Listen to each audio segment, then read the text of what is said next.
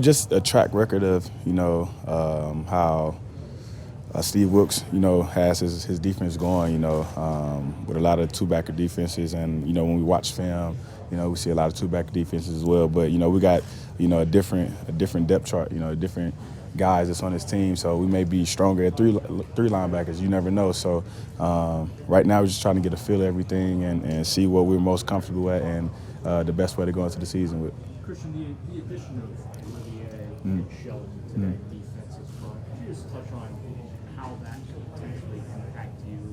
Me personally? I love it. In the defense and okay. what you're going to be able to do? On a personal standpoint, whenever a linebacker got some dogs in front of him, it makes it a lot easier. Allows linebackers to run through freely, especially, we got 2 Pro Bowl caliber players like that.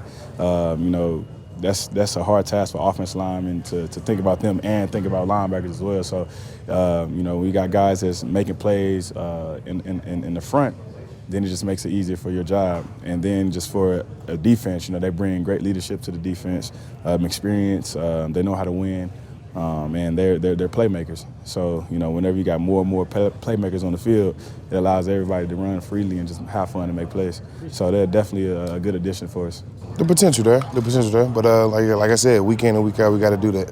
We got to be the best. If that's what y'all predicting us as to be, then we got to go out there and prove that. But our standards are always going to be higher than yours. When you say the potential is there, do you think the potential is there for you guys to be the best in the league? Yeah. Everybody has a chance out here to make plays in this defense. That's the best part about it. Free range for everybody. Coverages is a little, move faster. Not too much diversity to it. A little bit here and there, but not too much. Everybody stick to what they do best. Well, there you have it. Christian Kirksey and Sheldon Richardson. I thought I read a quote where Richardson said, I might be the reason, or I'm the reason that McCoy might not be here or isn't here. Maybe. That was kind of funny. What I don't understand is why they didn't seem to be glad to accept him if he did come here. I mean, the more the merrier, especially at that position. Yeah, those but positions. We have to remember that these guys have, shouldn't be hard to remember, that these guys have big egos, right, and they want to play.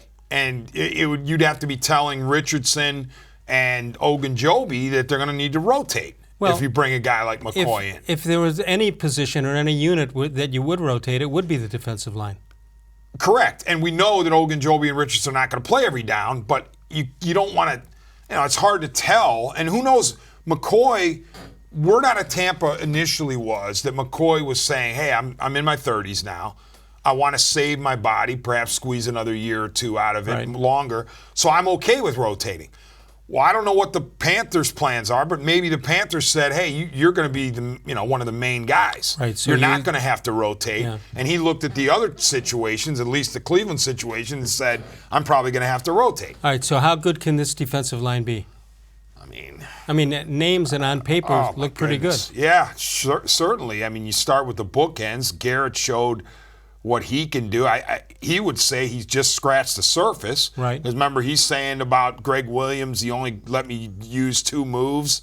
So I can't wait to see Garrett not only with more than 2 moves, but another year of experience and a guy on the other side who, no offense to Agbar or anybody else, commands a lot more attention. Right. So now you've got Vernon over there, and the inside, Ogunjobi showed how good he could be. And Richardson's a man-eater, so, I mean, it could be fun. If myles-Garrett is as good as he thinks he's going to be using 4 or 5 moves, that's almost like having to prepare for another player, a new player coming into the team. Yeah, and unless on the radio, I believe it was yesterday, I heard Demarius Randall take some shots at Greg Williams, okay? Right.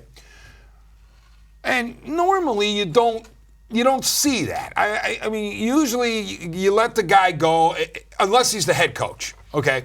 Now, Greg Williams was the interim. I get it. But I'm talking about a guy that was definitively a head coach and then he's fired. Right.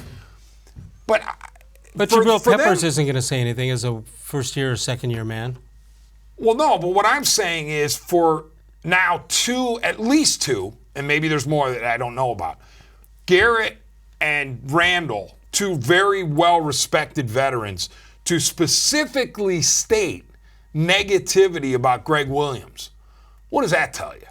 That tells you that Greg Williams must have rubbed these guys the wrong way. Exactly. While we're on the outside thinking, oh, Greg Williams eat nails for breakfast. You know, these guys are going to the wall for him. Right. They probably couldn't wait till he got out of town. Which is probably why he knew he was not going to be the head coach.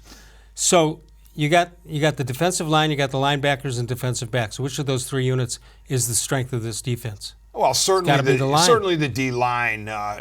With the names that are in there, but.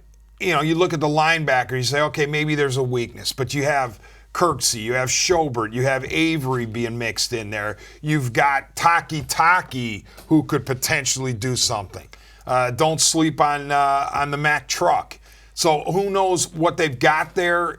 It's not nearly as, 5-star as the line, but they could be good. And then the DBs, I mean, are you going to quibble with Randall and denzel-ward, provided he's healthy? Greedy Williams picked 6 on Baker today. So it looks like there's talent everywhere, and that's an exciting thing. I spoke to Taki